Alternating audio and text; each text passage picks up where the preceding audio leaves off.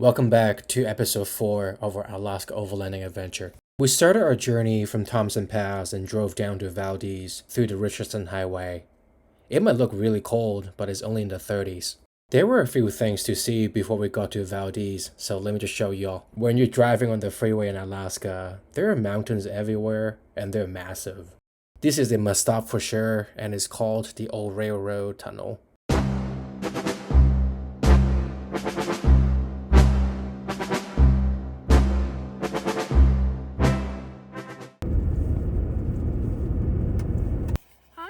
Welcome to Valdez.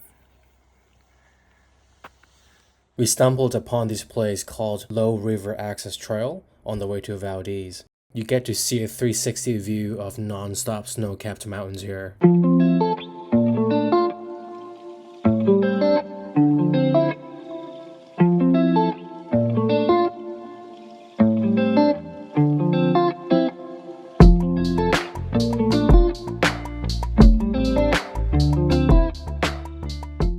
Right after the quick stop, we could now see the mountains in Valdez and the arch that says Valdez at the entrance.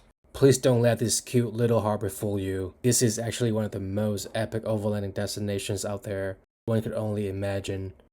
I'll show you what I mean after we eat.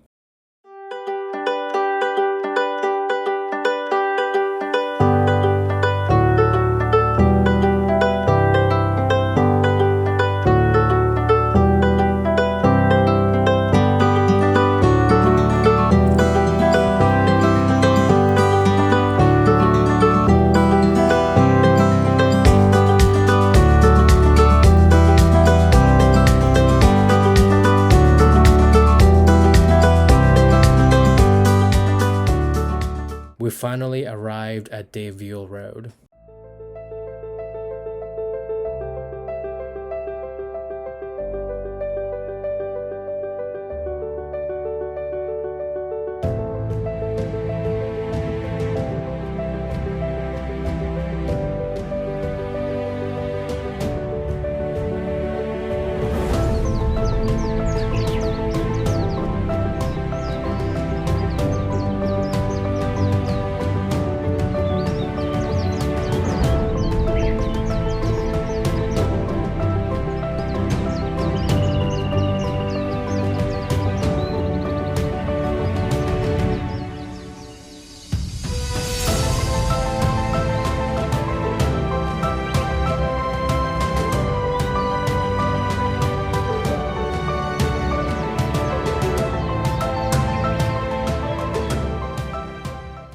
I might be repeating myself, but the weather changes dramatically in Alaska.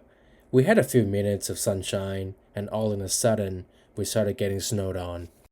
When I was doing research on Overlanding Alaska, there were a lot of videos about the Kenai Peninsula and Overlanding or even Arctic Circle, but not too many people have made videos about Valdez, and I thought it was just way too underrated after seeing and camping in such a cute little town.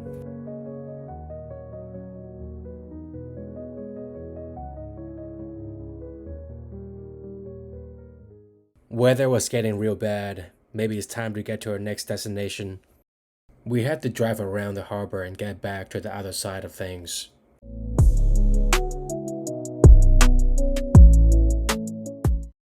And we have made it to the Valdez Glacier.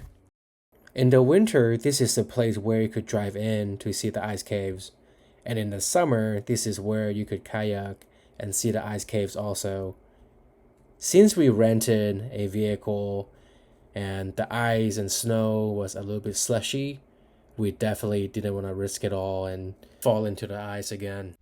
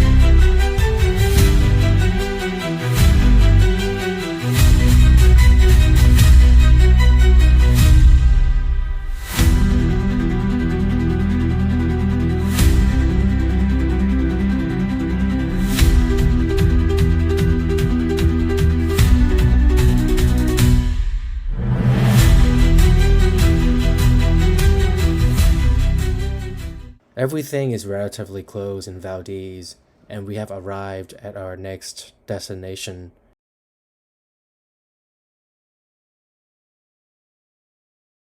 We're training dikes. Hey, baby. And the view here is ridiculous.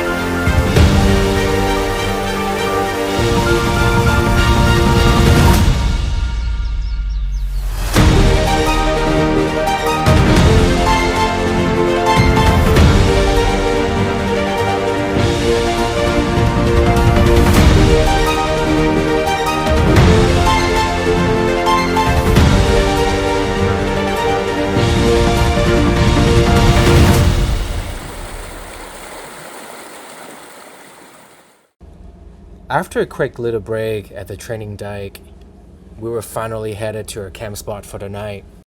There were unlimited options to camp, but we wanted to camp somewhere without anybody nearby, so we chose this spot.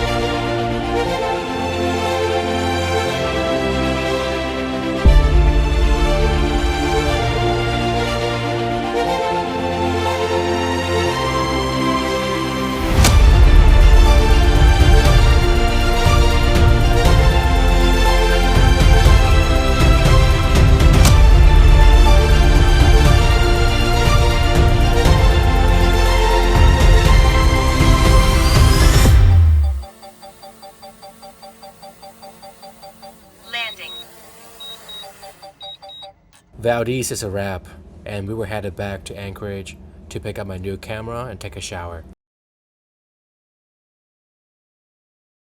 Alright, ladies and gentlemen, welcome to my new Canon R6 Mark II. You'll see photos I took with this new camera at the end of this video. New clothes, clean clothes. We're gonna shower here. This is the second shower of the trip, and it is kinda nice to shower again.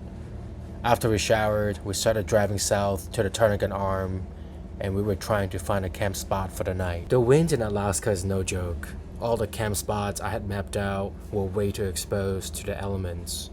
We ended up just parking at a random pullout near Tangle Pond. There weren't that many options left as far as camping goes, so a lot of other campers just ended up being at the same pullout with us.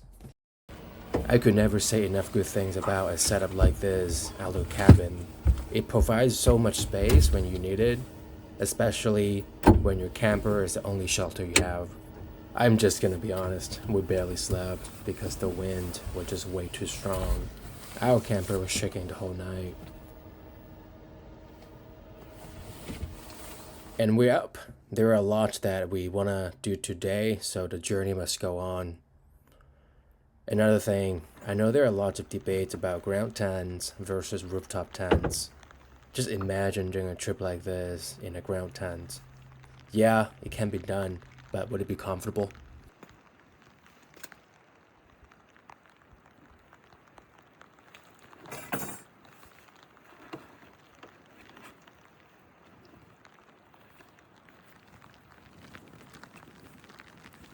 The Alaska Wildlife Conservation Center is only a mile away from where we camped, so we spent our morning here.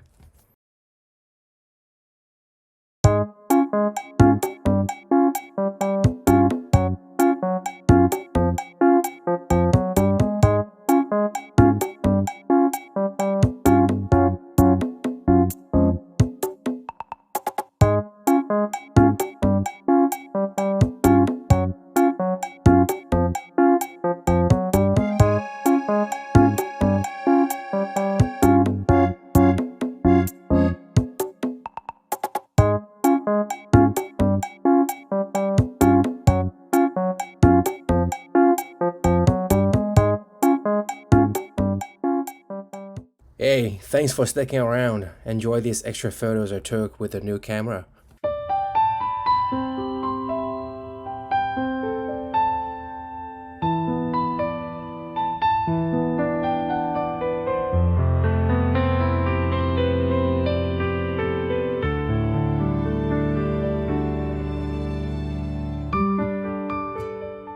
For those of you who have been following along, I want to say thank you for being a part of this journey. In the next episode, I'll bring you to Alaska's best kept secret.